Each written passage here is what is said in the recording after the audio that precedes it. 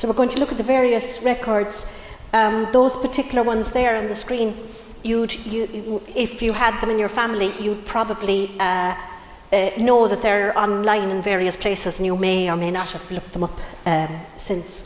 There's a lot of others that I found online as well, different ones, so I'm hoping to go through a small number of them this evening. So where do we start?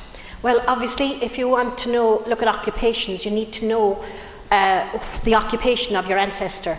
So as I say, with anything, you start with your granny, or maybe older members in your family, or your extended cousins, and whoever you can ask and talk about, maybe they'd know the occupations. We find occupations, as you know, in the census records, which is one of the key ones that we'd start off with. But as we go backwards and look at marriage records, we'd find occupational records, they'd state what the father, the parents, or even the bride and the groom on various things. Now I have a list of things there that you find, like the children's birth and baptism, and very often you don't find it, but sometimes you might find that on that. The death records, sometimes you find it and you may find it. Headstones, very seldom, but there's also headstones with a crest. There might be like a sheaf of corn, that might mean he was a baker. There's certain emblems on headstones that actually symbolise an occupation. That's something I actually only discovered recently. I know there's a number of headstones down in Bantry that actually signify the actual occupation of the person, and they wouldn't have known otherwise, only the symbol was on the headstones. So sometimes, obviously, newspapers and family notices, or the wills, street directories, we'll cover that this evening. There's brilliant information in the street directories, and you'll get a lot of information on that via the library there. And obviously your local library and the local family history groups are really important when you're looking for information. So for those who have never been looking before, my first search is always the irishgenealogy.ie. So when you put in, when the website comes up there, you have to kind of scroll down there at the bottom to see where you put in the name. Sometimes when the page opens up, you actually mightn't see where to search, and that would happen with other sites too. You open a page, you say, where do I go to search? So in the Irish genealogy one, you just have to arrow down and you'll be able to see it. And then up pops a huge list of things. Now I know the writing is probably way too small there, but the list of all the various records and links, they're actually all links to records. There are obviously no records, but and it links into the National Archives, and it links into the military things. So if we read, we obviously know the church records and all those and the census, but we have Griffith's valuation. Obviously, if your family had land, you'll find them there. The soldiers' wills there. Actually, it's tiny, isn't it, up there? The soldiers' wills, I think, is that one. The next one, actually, I'll just read them out from this. They're quite small up there. The soldiers' wills, and then the Bureau of the Military History, the Commonwealth Graves, the military service, the pensions, they're all here on this via a link to irishgenealogy.ie. And then we're back to parish registers, and then we're on to Ellis Island and those other ones that are there. So here we are. So the first one that I'm covering here now is the military records, but in fact the military records, there's so much in that. You'd want somebody to talk for a whole hour on the different regiments and the different places where you can get all sorts of ones. So I'm just covering the ones that are here. Again, all of these came through the link from Irish Genealogy, these first few ones.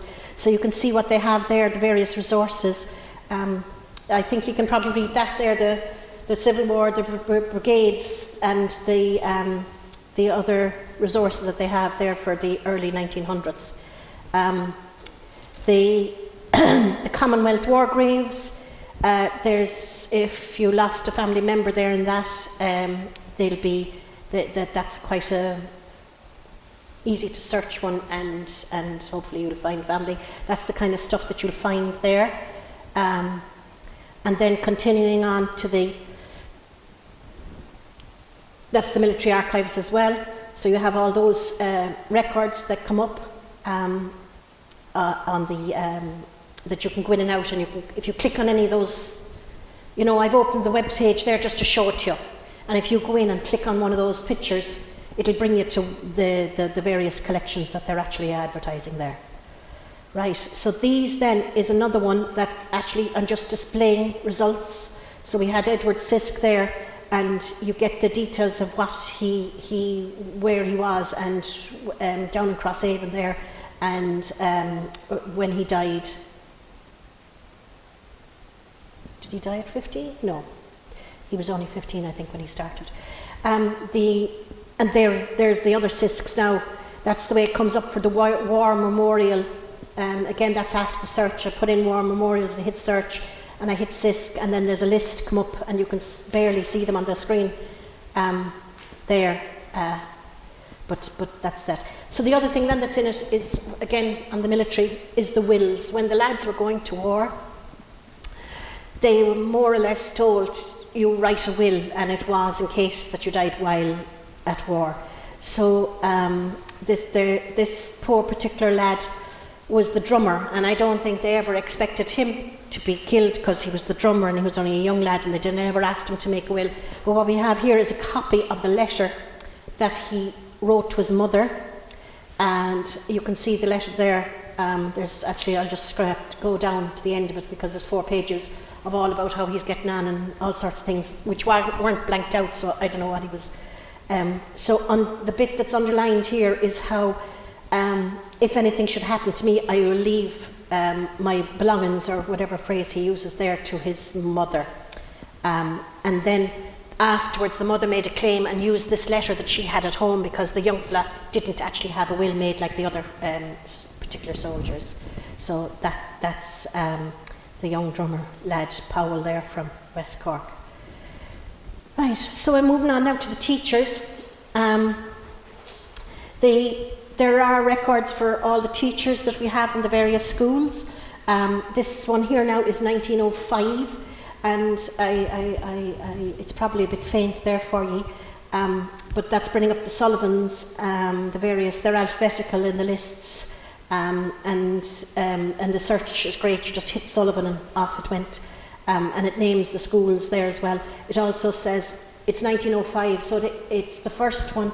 For instance, the top line there, Annie Sullivan, she's 36 years of age and 4 months, and she's working for 16 years and 9 months already in the teaching. So she started as a teacher's assistant or whatever at 20 there, and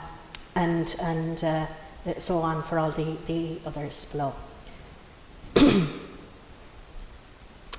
So then there's other reports over the different years.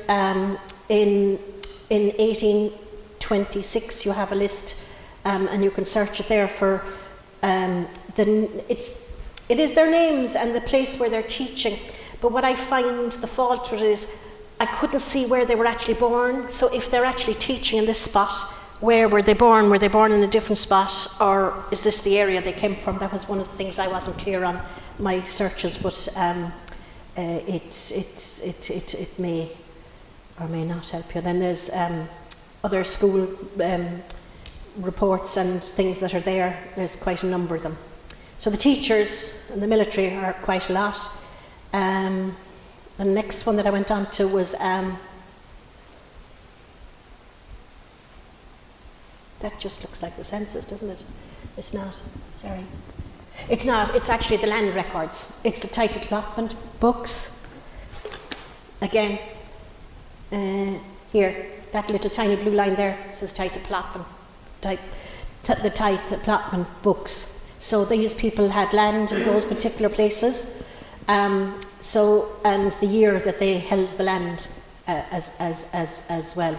There was 29, if you can see there, it's displaying results 1 of 10, and there was 29 people, Sisk families there with land predominantly in Cork, because Sisk is predominantly a Cork name. These again are land records. It gives you the acres that they had, Daniel Sisk there on the third line had just 6 acres, but and the valuation is there as well. It was £1 per acre, and so the total land value is £6 there. He's obviously a small plot in comparison to the neighbouring. Well, actually, sorry, the alphabetical list. It's not. Sorry, it's not.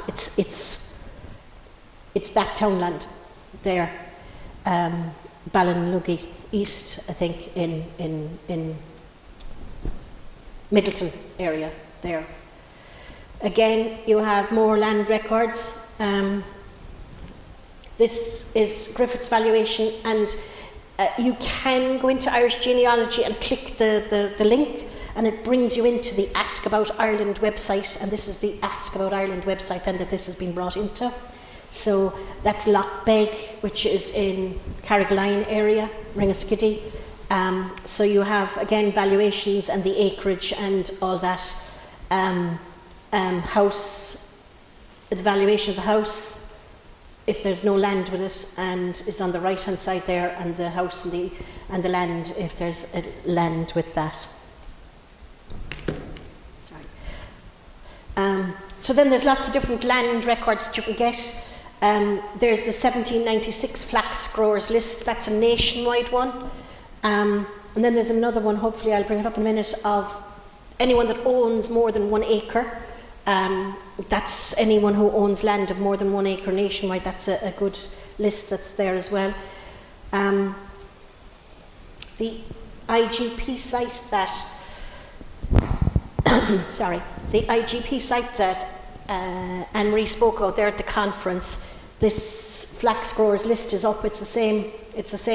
It's bringing it up there, and these are just a list of all the C's that has come up on the screen there when you go to that particular site.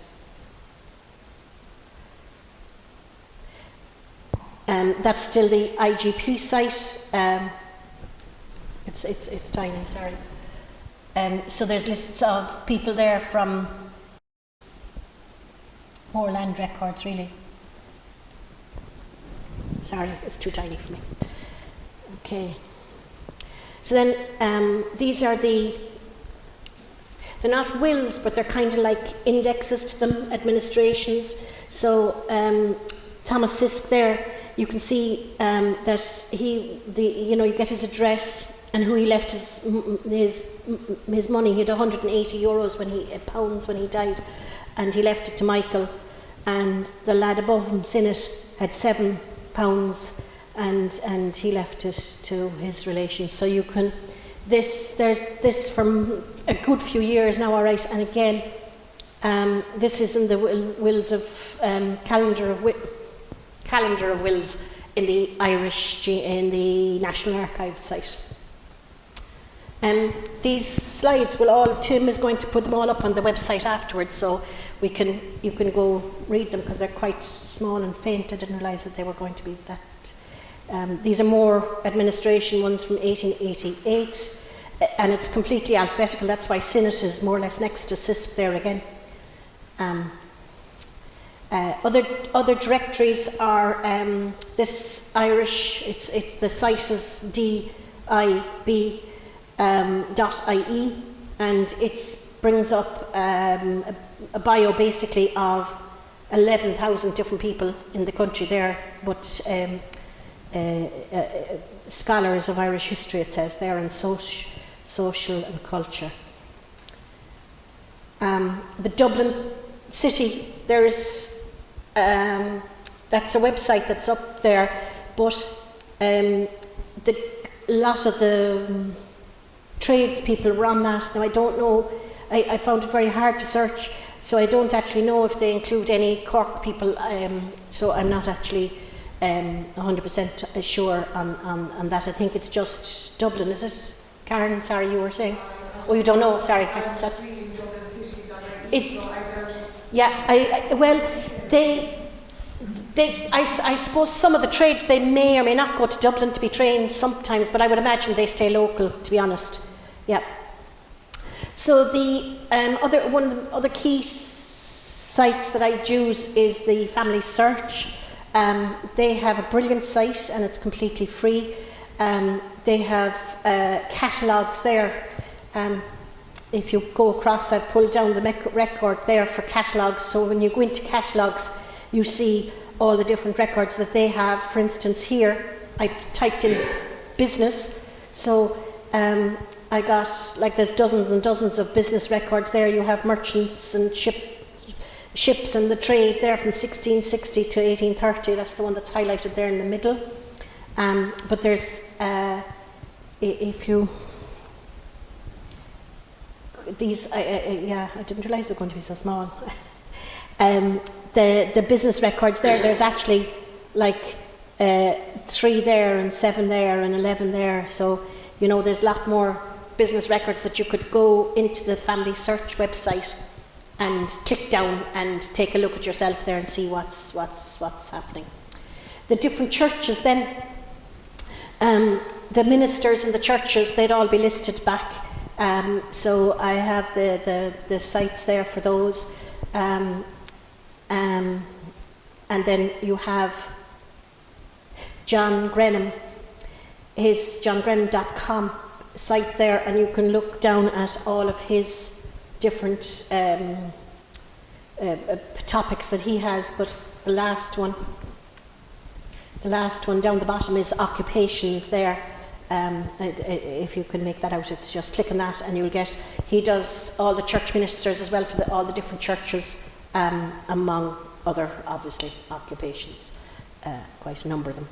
So the Methodists have their own website there, and again you can go into that one and get the lists of the historic ministers as well. So, am I flying through it, or am I? Okay. The merchant seamen, so we have a number of sites for them, a number of the mariners. This is the mariners, this is the irishmariners.ie site, and that's the Irish Mariners site. So this is what you get. I put in Murphy here, and you got this particular guy that comes up, and all the voyages that he was on are listed there, so hopefully you'll find some family members there. This particular man from Kinsale, Mortimer McCarthy from Kinsale, he actually went to the Arctic exhibition with the one with Scott there in 1911. So there's quite a number of photographs on the Irish Merchant, this particular site there, photographs with all the lads. There was actually, I think one of the things that happened was, at that time obviously we were still British, so the First World War, we weren't conscripted here, but what they said was that the mariners weren't either, but then they decided to take basically a roll call of them, and they actually took a photograph of every single one, I think 30,000 or something right across Britain. So that's why there's so many so many photographs on that particular site that we have here. So moving on then, we have railways. So there's a historic section of that there somewhere. So that site is the IRRIS there for the Irish Railways. IRR, yes, yeah. And they do a journal as well, that you can see there in that one. There's a lot of maps. Taylor and Skinner is the one that I'm displaying there. And the reason I wanted to display it for a couple of reasons. One is to point out that names change. You can see this map is going from Kinsale to Inishannon, but the spelling is not as we know it today. So that would happen in a lot of areas. So you should look at the old maps to see, you know, how your area, your village or town or whatever was spelt, and check that it's the same. So there's a number of maps. There's the Taylor and Skinner one. They're all free online. There's yeah, King's one, and I didn't actually list the others. Okay. The historic maps, anyway, there's a whole website for historic maps. Oh yeah, I'll actually go back if you could. No. If you go back to that photograph with the maps, they actually show all the big houses, and then next to them is the names of the landlord in those houses as well. So you have names of the gentry on those old maps, and those maps, particularly Taylors and Skinners, goes from all over the country, well, not all over the country, but from each major town. It's a roadway map, which is the first road maps of the time.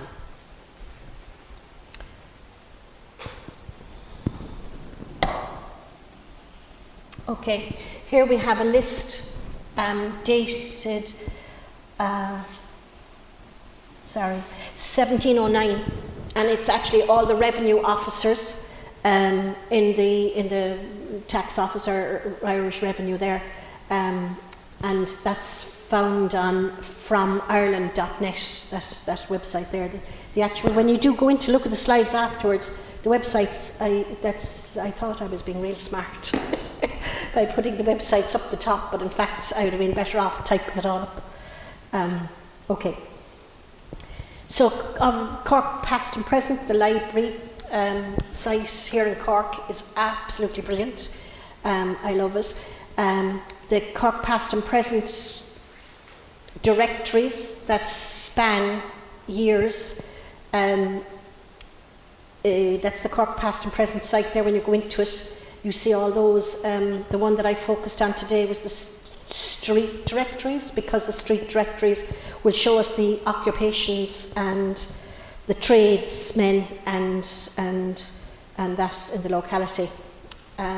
So what we have here, when I hit search, there is actually 38 different ones just on digital. There, look, that says showing 12 of 38.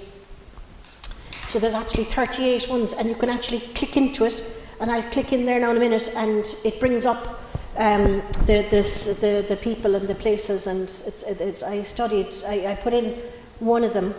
There's loads of them there, look. You can take a look at them afterwards there on the, because I don't think you can. Are you able to read it? No, most of it, no, sorry.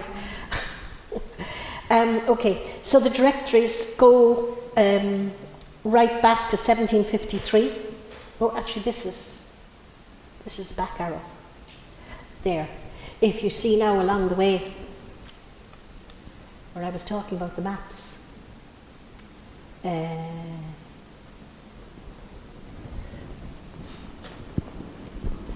Okay, so here, oh gosh, yeah, there, you have Rock House, a little picture of a house and all, and Rock House, and next to it is Mr. Baker. And then over here, underneath that, you have Shippool is down here. Where is he gone? He's there, yeah. And it's actually Shippool, but the Shippool is this side of the river, and Herrick Esquire is over here, Herrick. And there's quite a number. The Mead now would be in that area as well. So that. Right, so moving on. So still in the Cork Past and Present, there are more of the directories right through the 1800s. So I went into actually something you can't see at all, but down the corner there, on the bottom of each one, it tells you how many pages are in it. So I went into this 1867 one. There are old ones there as well. So this is the 1867 Henry and Collins one there. The name is up the top. And you can see I'm on page 239 of 534 pages. So again, what you brought up here is all Douglas Street there in the city centre. A list of all the people. That's Douglas Street. And the Douglas Road then will be over there. It's kind of chopped out, but there's a list of all the people in Douglas Road, and there's all the people in Douglas Street. So you'd spend a whole week going through these directories, even just that one with the 500 pages. There's so much in it. It brings up, that's a list now of, like you can see here, all the different occupations that are written next to the men as well, that are here. You know, it's not like you have, there's a painter, and there's what else have we got? A boarding house, and a journeyman, and a grocer, and a pawnbroker. You know, so there's all these different people. They're listed A to Z. So this book, the 534 pages, one of the reasons why it's so big is you have the list of A to Z completely, but then you have the list of the street, like Douglas Street and Douglas Road, and those ones that I showed you as well. So they're all the Murphys there. There's like we've a huckster up the top there. That's somebody who trades like fruit and veg. It's small items. They said that it's like a fruit and veg person. And again, all the occupations are there. So here, the alphabetical one starts here with A, but you can see I'm already on page 143. Oh, sorry, I'm 143 here, but actually just 77 in the book.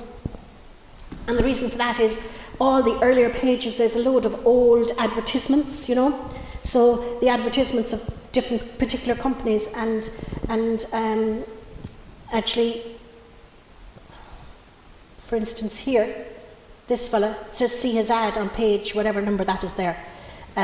You know, so when you go to your A to Z one and you see the thing and you see his ads, you'll be able to go to the ad and it tells you the page number, and you can go to that as well.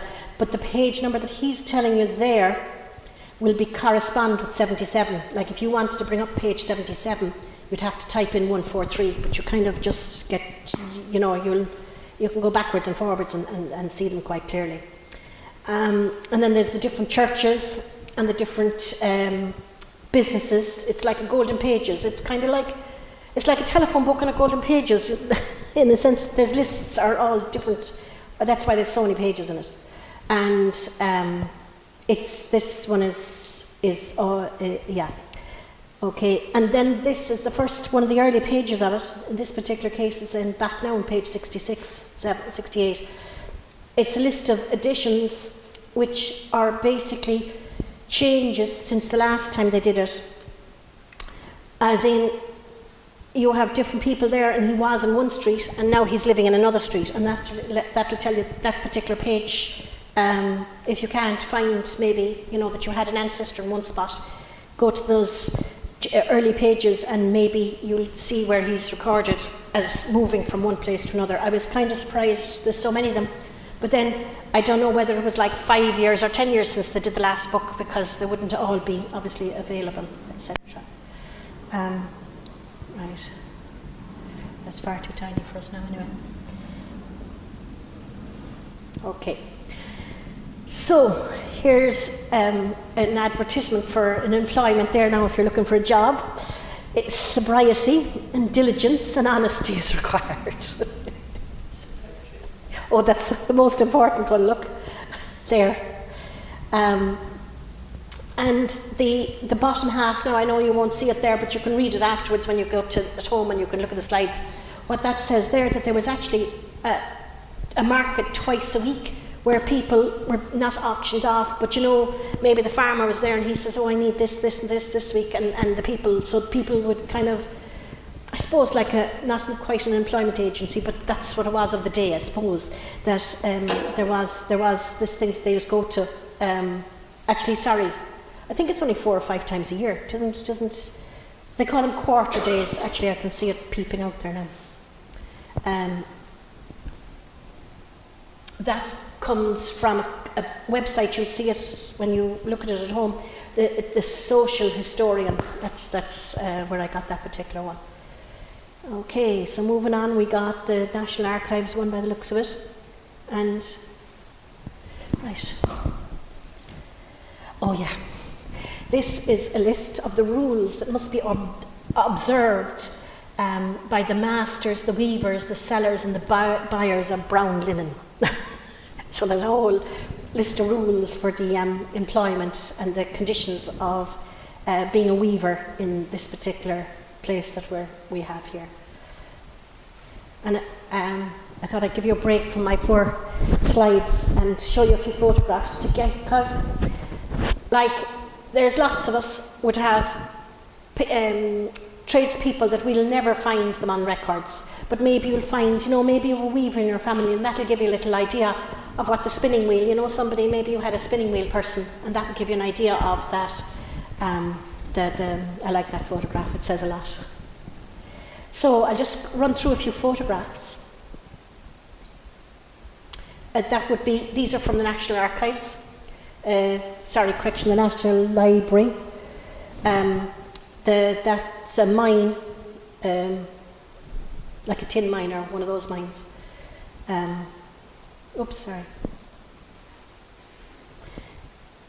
That's the lace makers in Donegal there, cottage industry. They're just showing how the lace makers would come outside to make the lace, for the light, I suppose, as well. And it's a fine day, obviously, and they'd have more light outside. And you can see the beautiful, you can zoom into that at home with that little neck piece that she's wearing. That she's wearing there. We have some more, the Crawley girls there, the carpet weavers. It's quite a clear photograph, actually. I know it doesn't look it. These, again, it's quite tiny for you, but you can zoom into it there. They're actually, that's 2 floors. You have on the left-hand side, you have a man here. He's upstairs, and then underneath them, you have all these fellas down here, other weavers, and these are the kind of conditions that some of our ancestors worked in. This was the Atkinson's Irish Poppin weavers, and they were all male, the staff in this particular factory. There's another gentleman now with his weaving machine underneath that, inside in that area there. This is your blacksmith at work there in his horse, and just showing that. So again, maybe if you had a blacksmith in your family and you might never get a photograph or something, maybe having some other one in might just kind of give a little bit of, here's your farmers that would have been trying to save the hay there, I think. And here he is ploughing, maybe. They're just some haystacks. There's some beautiful lace taken from the Irish Lace Makers of Ireland group. Again, you can zoom into that one and see the stitching that someone does. And this is Mary Smith. She was employed as a knocker-up, and she was employed to ensure that people woke up in the morning. So she had a pea shooter, and she'd hit the window and wake people up, knock her up. And she got 6pence a week for shooting peas at the window overnight.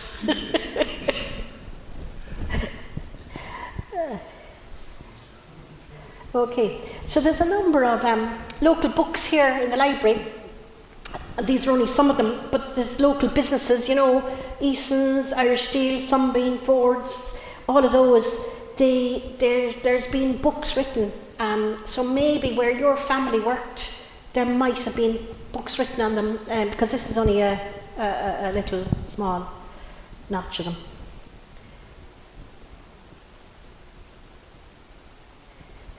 And then there's books on the local schools.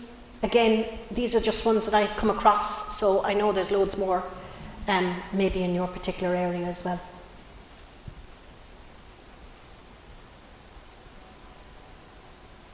Yeah, I should have put them all like that, you could read them then. There's loads and loads of local history books. Again, these are only the ones that I came across. And most of the time when you have a local history book written, you'll find that there's a local history society. So if you don't live where you're, well, if you're living in the area, you probably already joined the local history group. But if you're not living in the area where your granny or whatever ancestors came from, it's a good idea to join them, or maybe even just contact them, or maybe Facebook. If any of you are on Facebook, you know Facebook is brilliant for sharing information and ideas and things like that. Some of those books now I'm sure we have here in our library. And the other thing in the Cork libraries, Find My Past is free, so you'd get a lot of database and that you know would be free in the library in the Carrigrahan Road.